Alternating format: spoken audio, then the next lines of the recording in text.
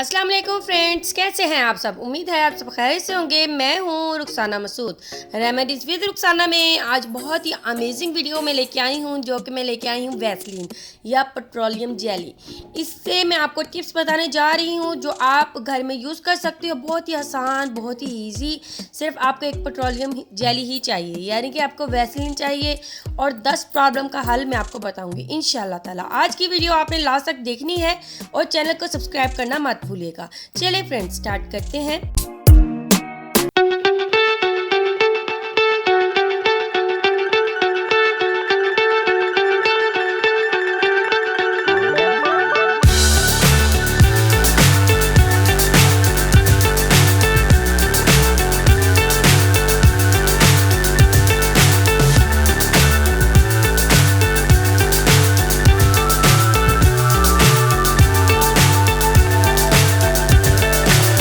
So high I'm hypnotized.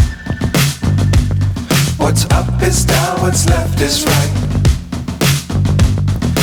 Chasing stars and holding you.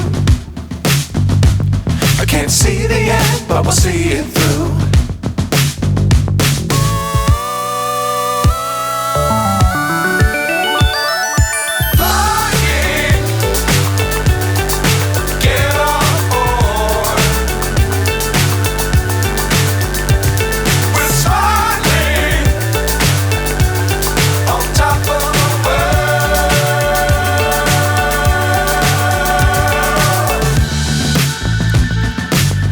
Times don't fly too high. Be sure to keep the ground in sight. Fly forever if you keep it tight. Love the world but keep the sky on your mind. Fly.